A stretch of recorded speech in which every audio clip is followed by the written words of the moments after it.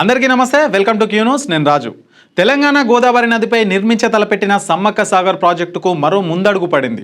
ఛత్తీస్గఢ్ నుంచి వస్తున్న అభ్యంతరాలను పరిష్కారం అవడంతో ఇక లైన్ క్లియర్ అయింది. తెలంగాణ నీటిపారుదల శాఖ మంత్రి ఉత్తమ్ కుమార్ రెడ్డి ఛత్తీస్గఢ్ ప్రభుత్వంతో మాట్లాడి అనుమానాలు నివృత్తి చేయడంతో తెలంగాణ ప్రాజెక్టుకి లైన్ క్లియర్ అయినట్టయింది. ఈ ప్రాజెక్టు వల్ల ఏ మేరకు లబ్ధి చేకూరుతుంది, ఏ జిల్లాలకు ఈ ప్రాజెక్టు అందుబాటులో ఉంటుందో తెలుసుకునే ప్రయత్నం చేద్దాం.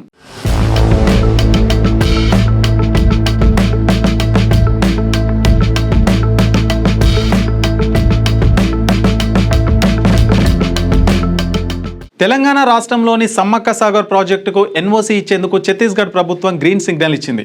రాయ్పూర్లో సీఎం విష్ణుదేవ్ సాయిని తెలంగాణ నీటిపారుదల శాఖ మంత్రి ఉత్తమ్ కుమార్ రెడ్డి కలిశారు. నీట మునిగే భూభాగం పరిహారం భరించేందుకు తెలంగాణ అంగీకారం తెలిపింది.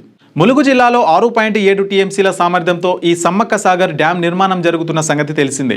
అయితే ఈ ప్రాజెక్టు వల్ల నల్గొండ, వరంగల్లో తాగునీటి సమస్యలకు పరిష్కారం లభించనుంది.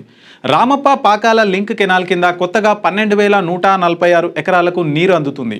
వరంగల్, సూర్యాపేట, మహబూబాబాద్, జనగాం, ఖమ్మం జిల్లాలకు లబ్ధి చేకూరనుంది. ఇక 90 కిలోమీటర్ల టన్నెల్ నెట్వర్క్, భారీ ఇంజనీరింగ్ డిజైన్ ఈ ప్రాజెక్టు ప్రత్యేకత. 3 పంప్ హౌజులు, క్రాస్ డ్రైనేజ్లు వర్క్స్ ప్రాజెక్టులో భాగంగా ఉన్నాయి. అయితే ఛత్తీస్గఢ్ 73 హెక్టార్ల భూభాగం నీట మునిగే అవకాశం ఉన్నందున దానికి పరిహారం, పునరావాసం భరించేందుకు తెలంగాణ సిద్ధమని మంత్రి ఉత్తమ్ కుమార్ రెడ్డి తేల్చి చెప్పారు. IIT Kharagpur submergence study findings అమలు చేస్తామని ఉత్తమ్ కుమార్ రెడ్డి తెలియజేశారు. ఎన్ఏసీ జారీకి ముందే అడ్వాన్స్ చెల్లింపులు అమ్మడానికి కూడా తెలంగాణ సిద్ధమవడంతో ఈ ప్రాజెక్టు సాకారమైంది.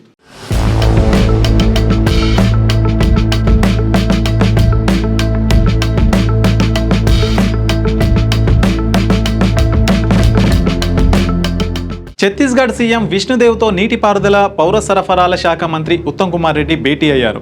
గోదావరి నదిపై నిర్మించనున్న సమ్మక్క సాగర్ ప్రాజెక్టుకు ఎన్ఓసీ ఇవ్వాలని కోరారు. అందుకు విష్ణుదేవ్ సూత్రప్రాయంగా ఆమోదం తెలిపారు.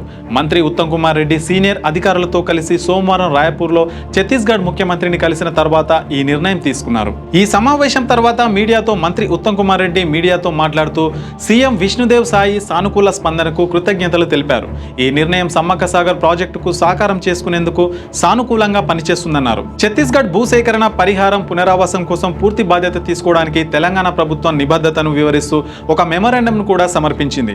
నిజానికి కేంద్ర జల సంఘం ఆమోదం పొందే ముందు ఎన్ఏసీ అనేది చివరి అంతర్రాష్ట్రీయ అవసరం. అది లేకుండా ప్రాజెక్టులో ముందుకు సాగడం అనేది అసాధ్యం.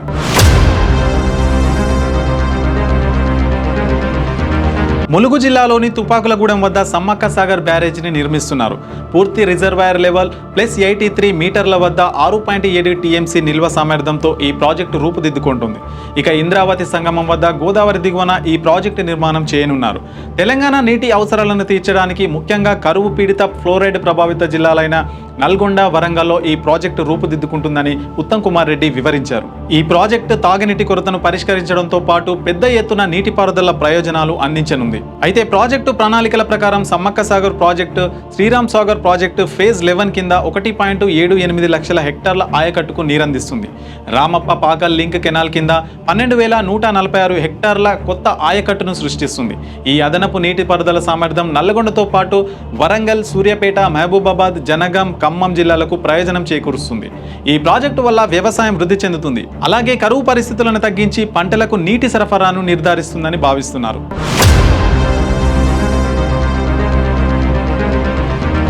అధిక ఫ్లోరైడ్ స్థాయిల కారణంగా నల్గొండ, వరంగల్లోని కొన్ని ప్రాంతాలు చాలా కాలంగా భూగర్భ జల కాలుష్యంతో ప్రభావితమయ్యాయని ఎత్తి చూపుతూ తాగునీటి అంశాన్ని కూడా మంత్రి ప్రస్తావించారు. భూగర్భ జలాలపై ఆధారపడటాన్ని తగ్గించడానికి సురక్షితమైన సమ్మక్క సాగర్ ప్రాజెక్టు సిద్ధం చేస్తున్నారు. నీటిపారుదల, తాగునీటి అవసరాలను తీర్చడం ద్వారా ఈ ప్రాజెక్టు తెలంగాణలోని అత్యంత దుర్బల ప్రాంతాల్లోని లక్షలాది మందికి జీవనాధారంగా పనిచేస్తుంది. ఈ ప్రాజెక్టులో విస్తృతమైన మౌలిక సదుపాయాలు ఉంటాయి. కమాండ్ ప్రాంతాలకు నీటిని తీసుకెళ్లడానికి అప్రోచ్ ఛానళ్లు, గ్రావిటీ కాల్వలు ఇందులో ఉన్నాయి. ఇందులో 3 పంప్ హౌజులు, భారీ పరిమాణంలో డెలివరీ సిస్టైన్లు ఉన్నాయి. దాదాపు 90 కిలోమీటర్ల సొరంగ నెట్వర్క్ 4 సొరంగాలుగా విభజించారు. ఒక్కొక్కటి 8 మీటర్ల వ్యాసం కలిగి 182 క్యూసెక్ల డిశ్చార్జ్ సామర్థ్యాన్ని కలిగి ఉంటాయి. ఈ సొరంగాలు, క్రాస్ డ్రైనేజ్ పనులు, రెగ్యులేటర్లు, కాలువలపై రోడ్డు, వంతెలతో పాటు ప్రాజెక్ట్ ఇంజనీరింగ్ డిజైన్కు వెన్నెముకగా నిలుస్తాయి.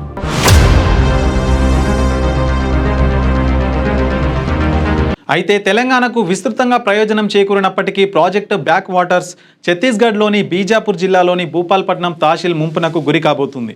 సుమారు 13.06 హెక్టార్ల భూమి, 54.03 హెక్టార్ల నదీ ప్రాంతం, 6.35 హెక్టార్ల నాలా భూమి ఈ ప్రాజెక్టు వల్ల ప్రభావితం అవుతుంది. ఈ ప్రభావం గురించి ఛత్తీస్గఢ్ గతంలో తన ఆందోళనలు కూడా చేశారు. అయితే తెలంగాణ ప్రభుత్వం అందుకు అనుగుణంగా ప్రణాళికలు సిద్ధం చేసి వాళ్లకు పరిహారం అందించే విషయంలో సానుకూల అభిప్రాయానికి వచ్చింది.